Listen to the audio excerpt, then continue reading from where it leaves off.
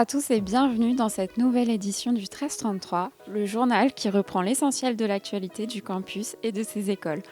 On commence tout de suite avec un tour d'horizon des séminaires de rentrée des écoles. Les séminaires de rentrée se sont déroulés en septembre et en octobre. On va aller demander aux directeurs d'activités et aux responsables pédagogiques quelles étaient les activités organisées durant ce séminaire. Nous avons cette année proposé à tous les étudiants du programme Grande École de l'ICD de travailler sur le réchauffement climatique. Nous avons conçu ce séminaire en partenariat avec la mairie de Luchon. Alors, nous avons proposé en cette rentrée un team building de rentrée, c'est-à-dire un événement de cohésion pour nos deux écoles, Campus IGS Alternance et IMSI. Ces apprenants étaient répartis dans 4 filières, une filière immobilier, IMSI, et puis les 3 filières du Campus IGS Alternance, commerce, marketing, développement, ressources humaines et gestion finance. Comme l'a dit Agnès, le séminaire de rentrée IMSI s'est déroulé avec Campus IGS Alternance.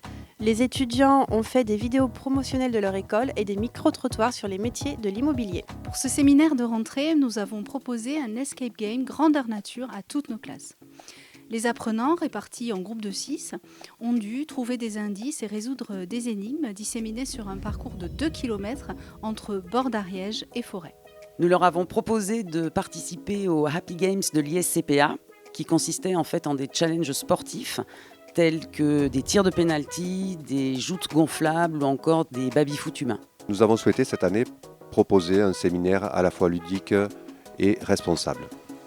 La journée a débuté par une conférence passionnante qui présentait le contexte climatique et le numérique responsable, particulièrement l'IT4Green. Ensuite, durant la journée, les apprenants de l'école ont été amenés à travailler en groupe, à collaborer autour d'un jeu. Imaginez un jeu.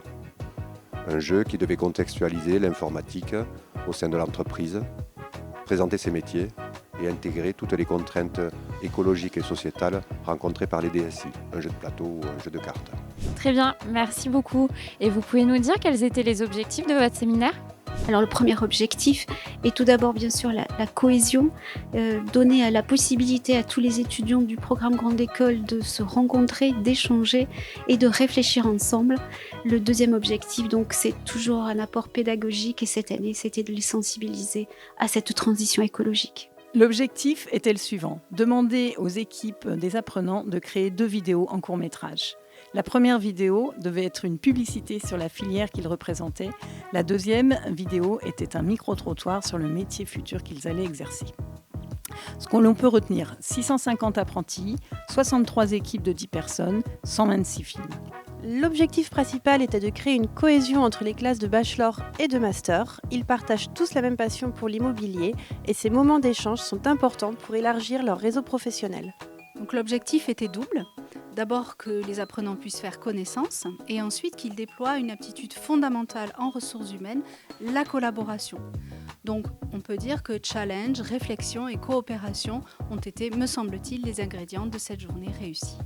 Cette journée d'intégration est un des rares moments qui permet de réunir les 2 filières, journalisme et communication, les 2 profils, étudiants et alternants, et les 2 niveaux, bachelor et évidemment master. Cette journée est une journée précieuse qui permet de favoriser l'échange et la coopération entre tous, de partager un moment de convivialité et d'éprouver notre esprit d'équipe. Eh bien, tout d'abord, permettre à tous nos apprenants, toutes classes confondues, déjà de se rencontrer et collaborer, travailler ensemble. Ensuite, les sensibiliser tout sur les contraintes que l'on rencontre aujourd'hui et la nécessité d'intégrer les nouveaux paramètres écologiques et sociétaux au sein des projets, au sein de toutes les missions qu'ils auront en entreprise. Ensuite, les sensibiliser, leur faire comprendre qu'ils pourront et devront à l'avenir porter ce message auprès de leur DSI.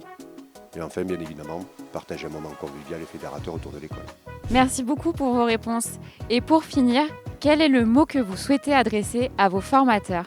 Tout d'abord une excellente rentrée à chacun d'eux et ensuite leur dire qu'on était bien sûr toujours à leur écoute. Tout simplement, merci. Merci à tous nos formateurs pour leur engagement, leur accompagnement au quotidien de nos apprentis afin qu'ils puissent construire leur futur. Je vous souhaite une belle année avec des échanges riches, des étudiants challengeants et des projets innovants. Merci beaucoup à vous. Je crois qu'on peut leur dire merci de nous suivre jusqu'à aujourd'hui et leur dire aussi que toute l'équipe IGSRH est ravie de continuer cette collaboration et bien sûr d'accueillir ceux qui sont arrivés cette année avec nous. Je sais à quel point la qualité des enseignements dispensés à l'ISCPA tient à vous. Je suis également consciente du pouvoir qui est le vôtre, celui d'enthousiasmer ou pas nos étudiants. Je compte donc sur vous cette année encore pour les enthousiasmer.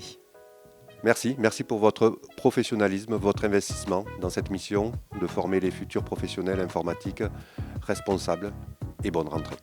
Merci aux directeurs d'activité et aux responsables de formation pour leurs réponses. C'est au tour de Caroline Tenna, référente handicap à Toulouse.